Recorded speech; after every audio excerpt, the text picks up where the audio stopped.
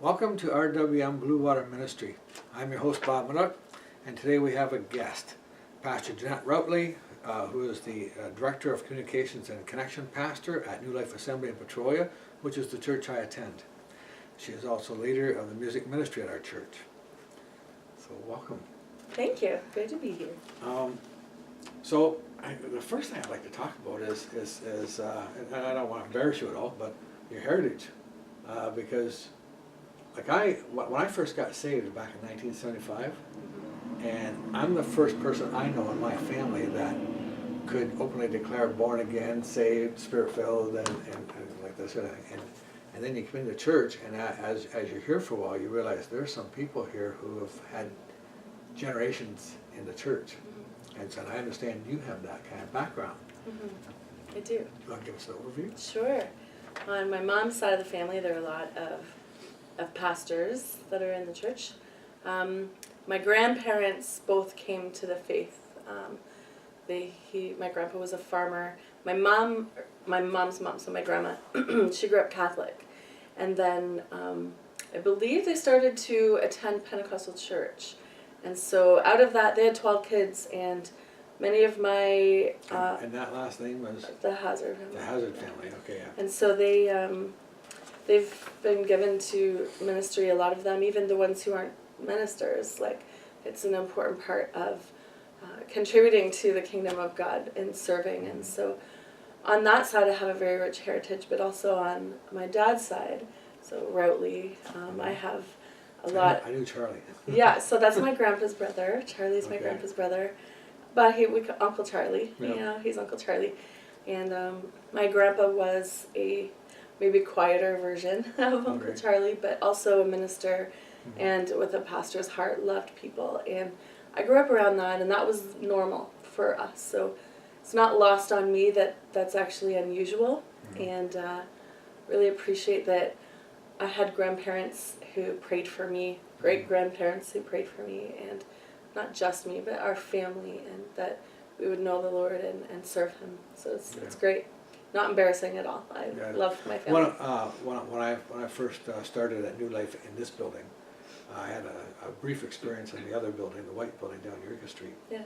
And then I kind of got away for a bit. Then when I come back in 1980, the pastors here was Frank Patrick and Mark Hazard. You know, and so I spent a number of years under their ministry. Yeah. Thoroughly enjoyed it. Yeah. They're fun to be around. My family.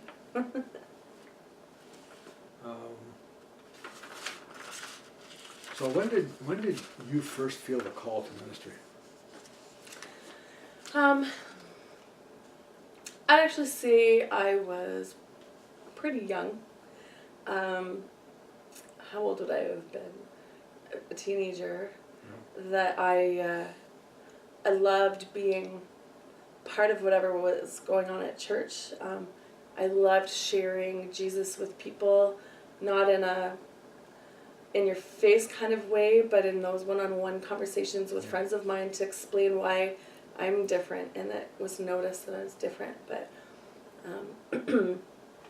for working in the church, you know, making that full-time, that didn't come until, well, actually the truth is, the end of high school. My plan was to go to Bible college, but some fairly influential people in my life said that women weren't really in ministry and that I'd be better off going down the teacher road. So I thought that was interesting. That actually made me change my plans. So I went to Laurier. My plan was to be a teacher, and so I went to Laurier, English and History, and at the end of that, the pastor at the church I was serving at the time, I was overseeing a young adult music team, and it was awesome. We had a lot of fun. But the pastor at that church said, why don't you, before going to teacher's college, consider going to Hillsong, maybe. You know, they had a great arts program there, and I thought I've always wanted to go to Australia, and I've always wanted to do at least a year of Bible college. So I looked into it. It seemed pretty awesome, and so I'm like, sign me up, let's do it.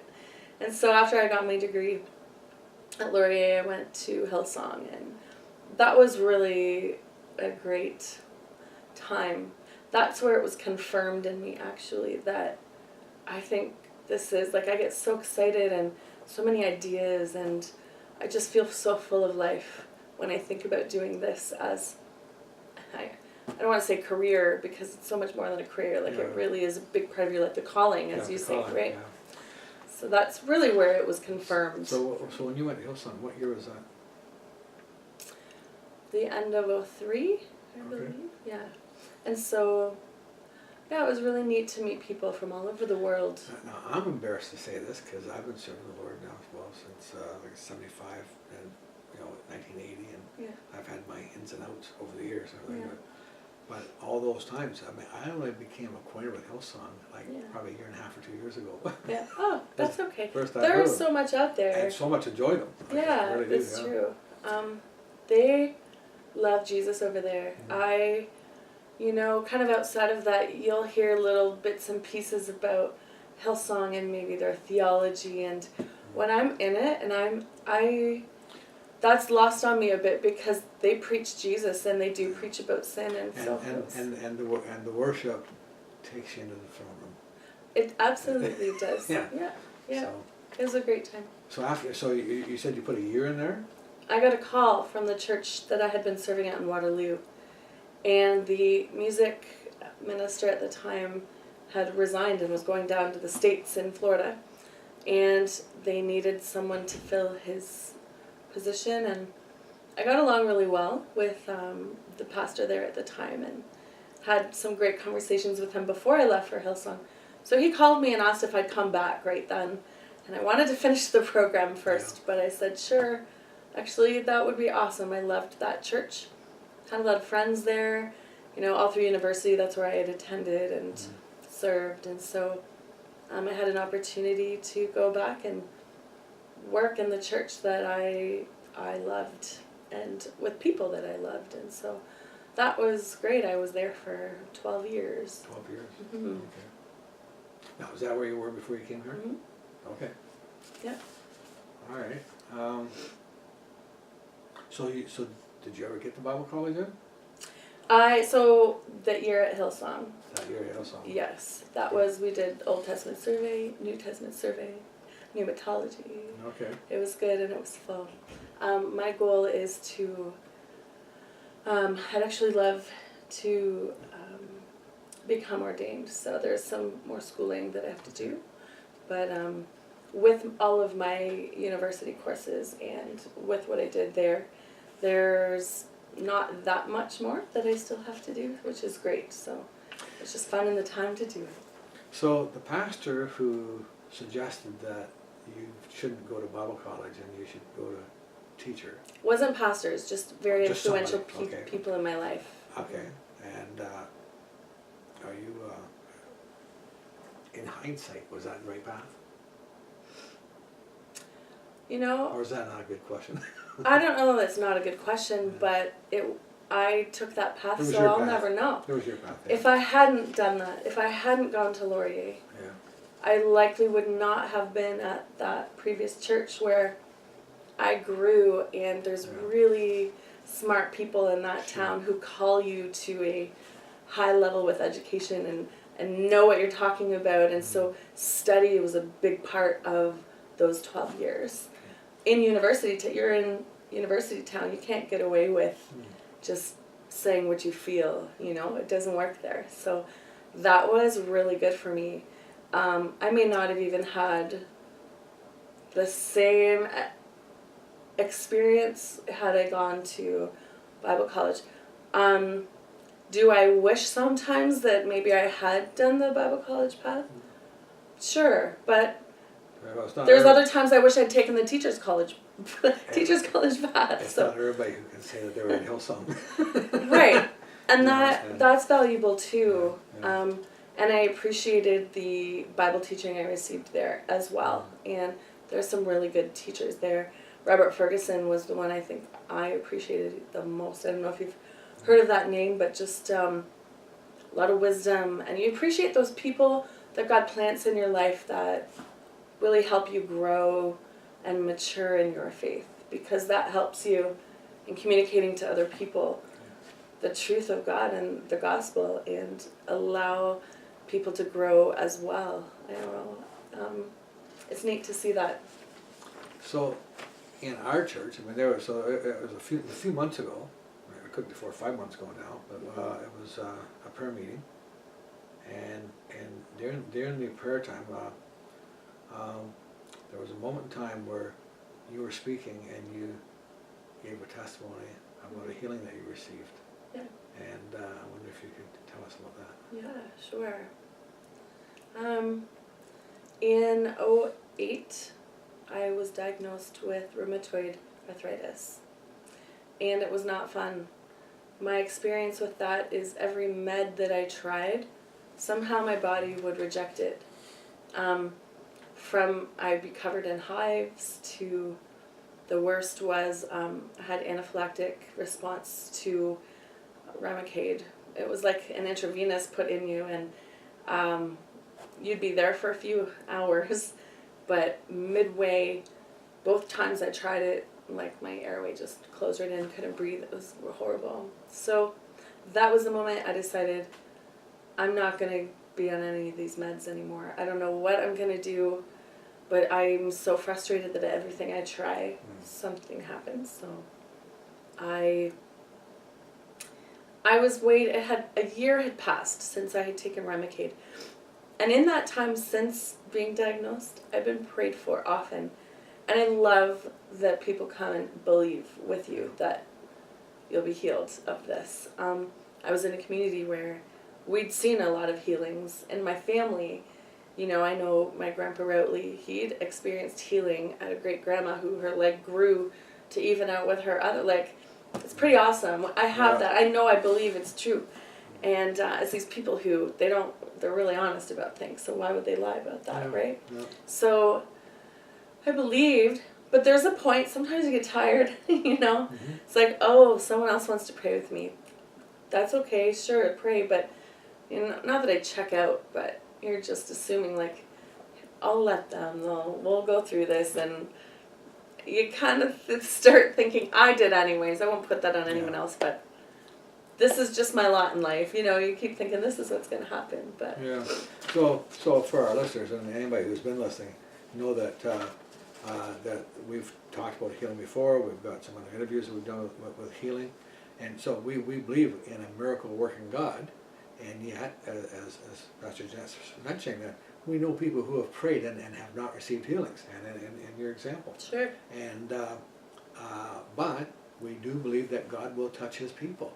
And but we need to come to Him and then not give up. Not give up. Right till the end. You don't quit. Right. You don't quit. I remember hearing a pastor say once, a pastor who had cancer, and was praying, and they said, you know what? There's only 3 outcomes here.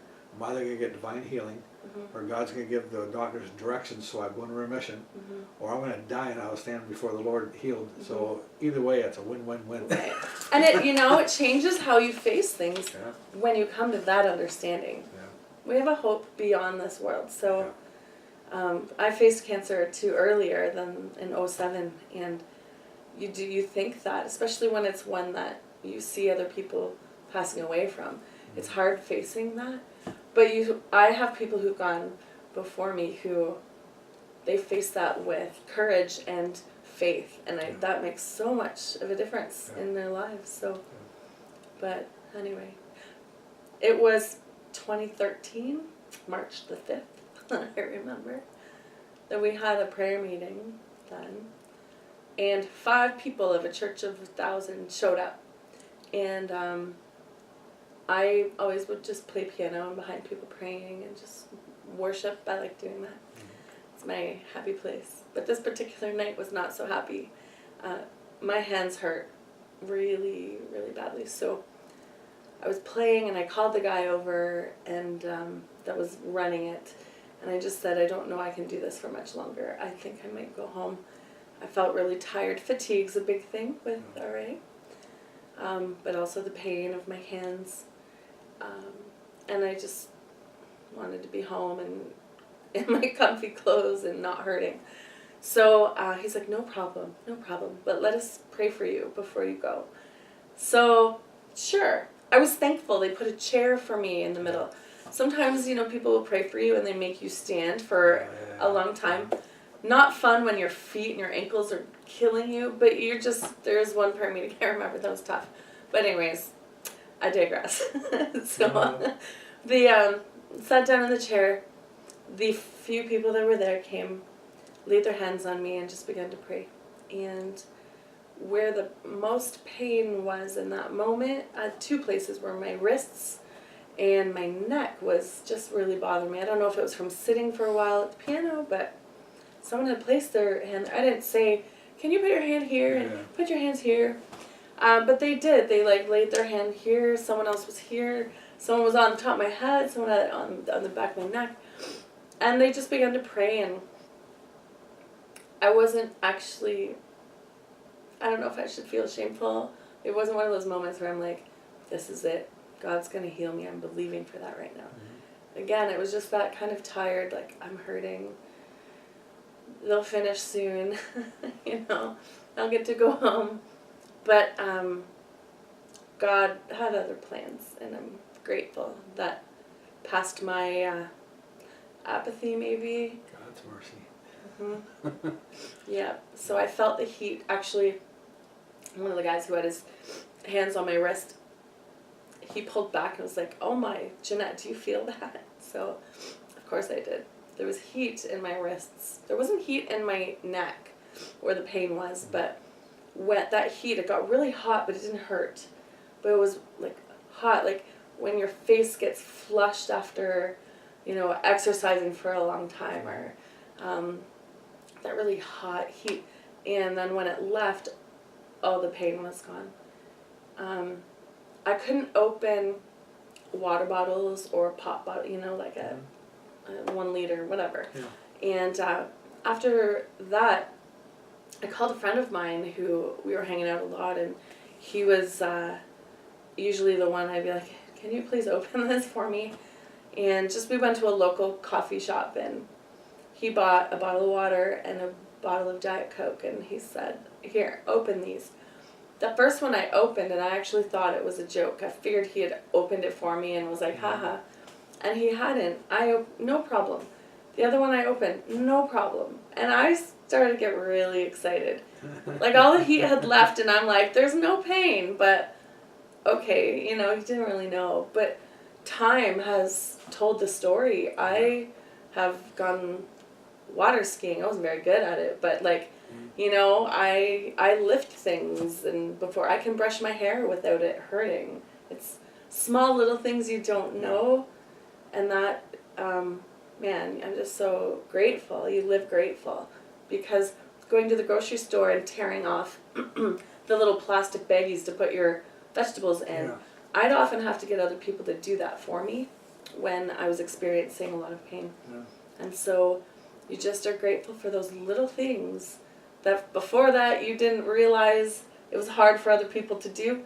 And then when that becomes you, it's just like, wow, God, you've made us incredible, first of all, that we're able to do all these little things. But I'm more grateful that He's allowed me to go through that, because before you don't necessarily consider those other people or have an idea of what they go through.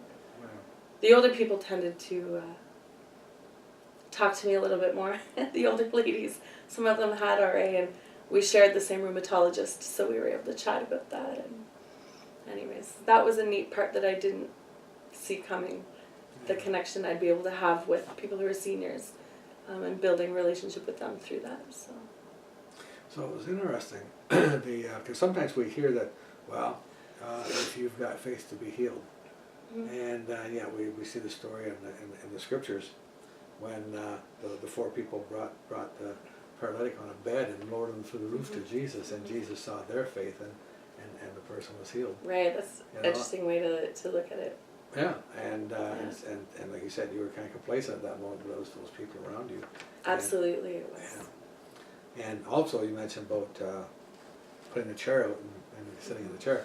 Well, in my years of growing in the Lord, we had a lot of home meetings, and through the course of the home meetings, that would be something you'd do, is the chair would come out, and everybody kind of took a turn there, Yeah. and people were laying hands on and praying, and Yeah. it was a great time of growing. Yeah. And but I mean, the Lord dealt with people sometimes, and sometimes through the prayers, I mean, there might be a word given, and I mean, He was meeting His people, Yeah. and it was an opportunity to intercede on people's behalf, Yeah. and God would touch you. Yeah. I think what that That's- speaks to, you don't have to wait for Sunday morning. Oh, exactly. You don't have to Yeah. wait for that time. Like, call a few people to come together. Yeah. He's there when there's a few of us, and Yeah. He's the same God in that moment as He is if you're with a few hundred people or whatever. His word says, where 2 or 3 are gathered together, there am I in the midst of you. And there are so many Yes. times that, like, Yeah. old school, people would say, whatever dilemma comes up, we need to get a hold of the pastor. Mhm. And yet the word says that He's given pastors and prophets, evangelists, for the equipping of God's people to do works of ministry. Mhm. And so when you get a living room full of people who are going to lay hands on you and pray, I mean, that's body ministry. And if the pastor be there, great. But if he can't be there, ministry should not stop because the pastor's not available. Right. And that Yeah. means that we all have a position in place of doing ministry, and we should have that goal. I remember seeing people called out of the body, whether even in church, just say, so and so, come up here, close in prayer or open in prayer. Mhm. And as a young Christian, seeing people just standing up and going in front and praying. Yeah. And when that set the bar and the goal for me to think, Yeah. I need to be equipped and prepared to do that. Yeah. And so I happily did that. Got to the point where I felt comfortable doing that. And It's I Ephesians believe, 4:12, right? yeah, The equipping yeah. of the saints. It's not Equipping just the for saints. That's right. the And person so- you hire in the church. It's Yeah, not just and, for them. and that's a Yeah. problem, because so many times, and I want to say this time, it's terrible. So many times people think, well, what's called a hired gun? The guy on the payroll. And I don't want that to sound disrespectful, but the point is, because we need pastors and who lead our churches and all that kind of stuff, but we're all should be prepared to speak, witness, pray, Yeah. whatever is required, and be led of the Lord daily. Yeah. It's a lot of work if you put that all on one person to go Oh, and yeah, help meet exactly. the needs of everybody. Exactly. When it comes to hospital visitation. Yeah. Like that's anytime I hear of somebody in the hospital, I try and make a point of getting up there and visit and pray. And we've seen people rise out of bed quicker than what they expected because people have gone in and prayed. Yeah. It's amazing when people live their faith and like truly aren't afraid to share the love of Jesus, and it's practical. It's not always handing them a tract and like be well, be well. There's so much more to blessing people than just through our words. It's action. It's faith in action. So I want to encourage our listeners, because I know right now, people who are looking at my website are 23 different countries. Mm-hmm. That's Yeah. neat. Yeah, can't get in there. And so whatever it is that you might be going through, I guess the message that we want coming through here is that, as Pastor Janette said, never give up, never quit. Whatever you're going through, God loves you with an unfailing love, and His mercy is there, right? And it's just you just need to keep on coming to Him, and as we recognize through Pastor Janette's story, is that when you least expect it, He shows up. I've heard somebody say, God has 2 speeds: over the course of time and suddenly. Yeah, nice. That's true.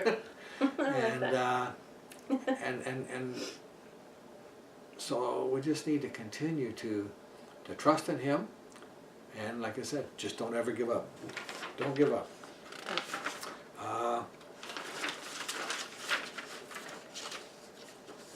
I think it can be said too, because they may not be dealing with anything themselves, but people around them are. Yeah. And so being those faithful few who are willing to come alongside and put their hand on someone's wrist or neck and just pray Yeah. with faith, I think that's so important too. That's not lost on me. Those people were really instrumental in this for me. So with that in mind, if you're not in that place right now, see yourself as a minister. And that means if you're not there yet, then get discipled, be around faith-filled believers to learn and know how to lay hands on and pray for people and to speak and witness to Jesus and the power and the divine nature of Jesus and God and how he wants to touch you and his unfailing love. Be that person, so that, and as Pastor Janette said, maybe it isn't you that's ailing, but you know somebody, and get yourself prayed up. Go there and just do that. Pray for people. You will be surprised what God will do and how he'll meet you when you put yourself in those places. And you see, now I thought we were going to talk about your healing, and we did, and I appreciate that. And I always like to hear people hear this so they can have their faith increased. Yeah. But the other thing that emerged out of this discussion, though, is your place and position to be a minister. Yeah. And don't be bashful about that. God can use you and will use you, and what he's looking for isn't great talent. He's looking for availability, for you to put yourself in that place that I will. You know, and so I want to appreciate you taking this few moments to talk with us. And if you want to hear more on healing and on this website, if you go to videos, and there's a healing subsection, and there'll be other stories and testimonies in there. And just want to thank you for joining us. As I close this, Pastor Janette has agreed to give us a song, and she's going to play the piano and give us a song, but we'll close out on that. But I just want to thank you for joining us. I want to thank you for being my guest. This is Bob and Up from RWM Blue Water Ministry, declaring blessings on you and yours till we meet again. Amen. Thank you so much. Thanks for having me.